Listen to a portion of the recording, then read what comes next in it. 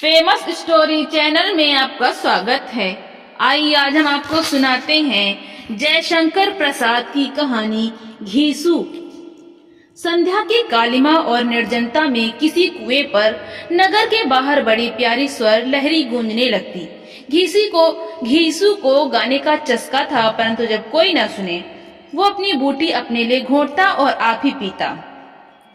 जब उसकी रसीली तान दो चार को पास बुला लेती, वो चुप हो जाता, अपनी बटुई में सब सामान बटोरने लगता और चल देता। कोई नया कुआं खोजता और कुछ दिन वहां अड्डा जमता। सब करने पर भी वो 9 बजे नंदू बाबू के कमरे में पहुंच ही जाता। नंदू बाबू कभी वही समय था बीन लेकर बैठने का। घीसू को देखते ही वो कह देता, आ गए घीसू? हाँ बाबू। गहरे बाजों ने बड़ी धूल सफाई, साफे का लोच आते आते बिगड़ गया।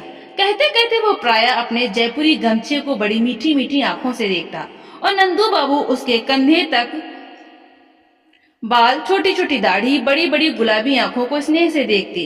घीसू उनका नित्य दर्शन करने वाला, उनकी बीन सुनने वाला भक्त था।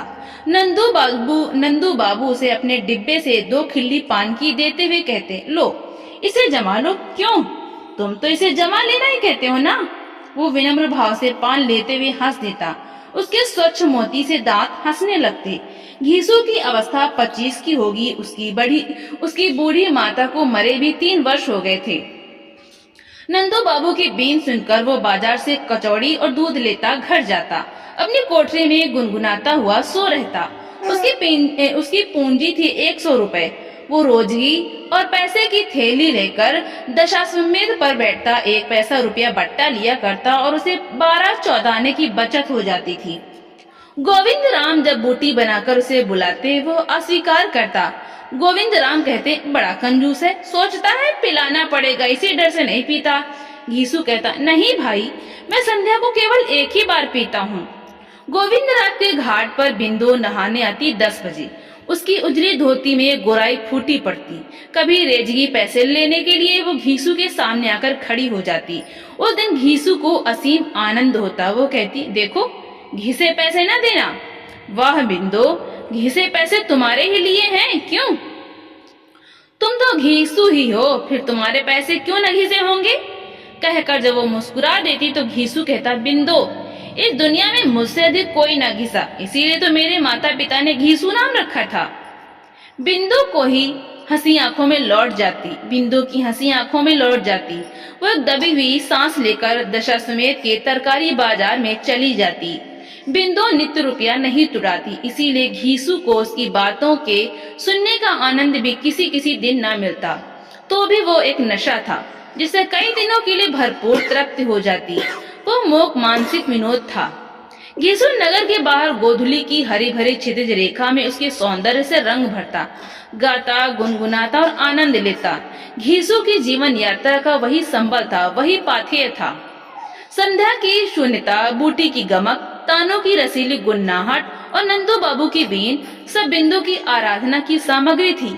घीसू कल्पना के सुख से सुखी होकर सो रहता। उसने कभी विचार भी न किया था कि बिंदु कौन है। किसी तरह से उसे इतना तो विश्वास हो गया था कि वो एक विधवा है, परंतु इससे अधिक जानने की उसे जैसे आवश्यकता नहीं।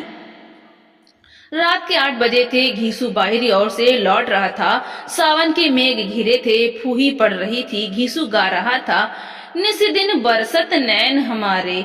सड़क पर कीचड़ की कमी न थी। वो धीरे धीरे चल रहा था, गाता जाता था।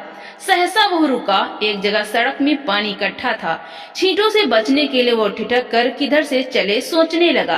पास के बगीचे के कमरे से उसे सुनाई पड़ा, यही तुम्हारा दर्शन है? यहाँ इस मुहजली को लेकर पड़े हो मुझसे? दूसरी ओर से कहा गया, तो इसमें क्या हुआ? क्या तुम मेरी ब्याही हुई हो जो मैं तुम्हें इसका जवाब देता फिरूं? इस शब्द में भर्राहट थी, शराबी की बोली थी। घीसू ने सुना। बिंदु कह रही थी, मैं कुछ नहीं हूँ, लेकिन तुम्हारे साथ मैंने धर्म बिगाड़ा है, सो इसीलिए नहीं कि तुम मुझे फटकारते फिरो। मैं इसका गला घूंट दूंगी और तुम्हारा भी। बदमाश! ओहो, मैं बदमाश हूँ, मेरा ही खातिर मुझसे ही। ठहर तो देखूं किसके साथ तू यहाँ आई है, जिसके भरोसे इतना बढ़ बढ़ कर बातें कर रही है। पाजी, लुच्ची, भाग नहीं तो छुरा भोंक दूंगा। छुरा भोंकेगा? मार डाल हत्यारे, मैं आज अपनी और तेरी जान दूंगी और लूंगी, तुझे भी फांसी पर चढ़वा कर छोड़ूंगी। एक चिल्लाहट और धक्कम धक्का का शब्द हुआ। घीसू से अब ना रहा गया। उसने बगल में दरवाजे पर धक्का दिया, खुला हुआ था। भीतर घूम फिरकर पलक मारते मारते घीसू कमरे में जा पहुंचा। बिंदु गिरी हुई थी और एक अधेड़ मनुष्य उसका जूड़ा पकड़े था। घीसू की गुलाबी आंखों से खून बरस रहा था। उसने कहा, है ये औरत है, इसे मारने वाले ने कहा, तभी तो इसी के साथ यहाँ तक आई हो। लो, ये तुम्हारा यार आ गया। बिंदु ने घूम कर देखा, घीसू। वो रो पड़ी। अधेड़ ने कहा, ले चली जा, मौज कर, आज से अपना मुंह मत दिखाना।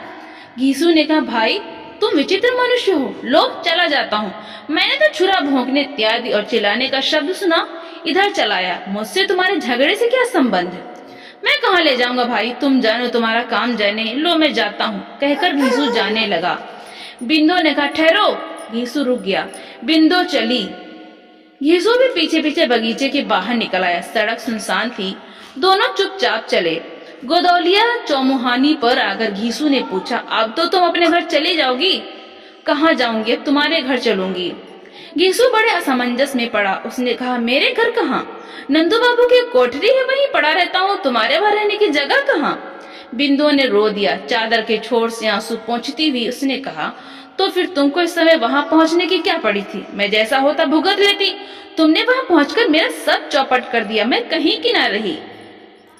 सड़क पर बिजली के उजाले में रोती हुई बिंदु से बात करने में घीसू का दम घुटने लगा। उसने कहा, तो चलो। दूसरे दिन दोपहर को थैली गोविंद राम के घाट पर रखकर घीसू चुपचाप बैठा रहा। गोविंद राम की बूटी बन रही थी। उन्होंने कहा, घीसू आज बूटी लोगे? घीसू कुछ न बोला। गोविंद राम ने उसका उतरा हुआ मुंह देखकर कहा, क्या कहें घीसू, आज तुम उदास क्यों हो? क्या कहूँ भाई, कहीं रहने की जगह खोज रहा हूँ। कोई छोटी सी कोठरी मिल जाती जिसमें सामान रखकर ताला लगा दिया करता। गोविंद राम ने पूछा, जहाँ रहते थे वहां जगह नहीं, इसी मढ़ी में क्यों नहीं रहते? ताला लगा दिया करो, मैं तो 24 घंटे रहता नहीं। घीसू की आंखों में कृतज्ञता के आंसू भर आए। गोविंद ने कहा, तो उठो, आज तो बूटी छान लो। घीसू पैसे की दुकान लगाकर अब भी बैठता है और बिंदु नित्य गंगा नहाने आती है। वो घीसू की दुकान पर खड़ी होती है, उसे वो 4 आने पैसे देती। घीसू पैसे की दुकान लगाकर अब भी बैठता है और बिंदु नित्य गंगा नहाने आती है। वो घीसू की दुकान पर खड़ी होती है, उसे वो 4 आने पैसे देता है। अब दोनों हंसते नहीं, मुस्कुराते नहीं।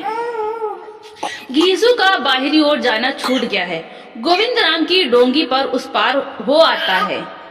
लौटते हुए बीच गंगा में से उसकी लहरीली तान सुनाई पड़ती है, किंतु घाट पर आते जाते चुप।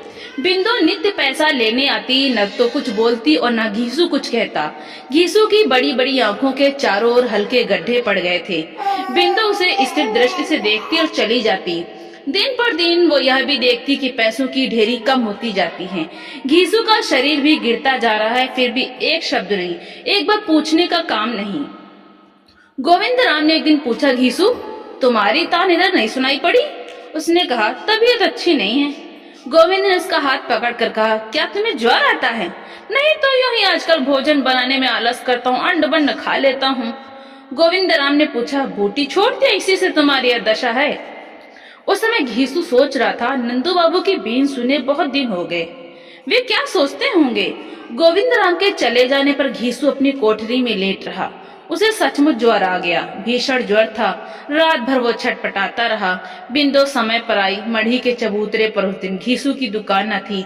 वो खड़ी रही, फिर सहसा उसने दरवाजा ढकेल कर भीतर देखा। घीसू छटपटा रहा था। उसने जल पिलाया। घीसू ने कहा, बिंदु क्षमा करना, मैंने तुम्हें बड़ा दुख दिया, अब मैं चला। लो यह बचा हुआ पैसा तुम जानो भगवान। कहते कहते उसकी आंखें टंग गई। बिंदु की आंखों से आंसू बहने लगे। वो गोविंद राम को बुला लाई। बिंदु अभी बची हुई पूंजी से पैसे की दुकान करती है। उसका यौवन रूप रंग कुछ नहीं रहा, बच रहा थोड़ा सा पैसा और बड़ा सा पेट और पहाड़ से आने वाले दिन। तो दोस्तों, आपको ये कहानी कैसी लगी? लाइक करें, ज्यादा से ज्यादा शेयर करें और कमेंट करके हमें जरूर बताएं।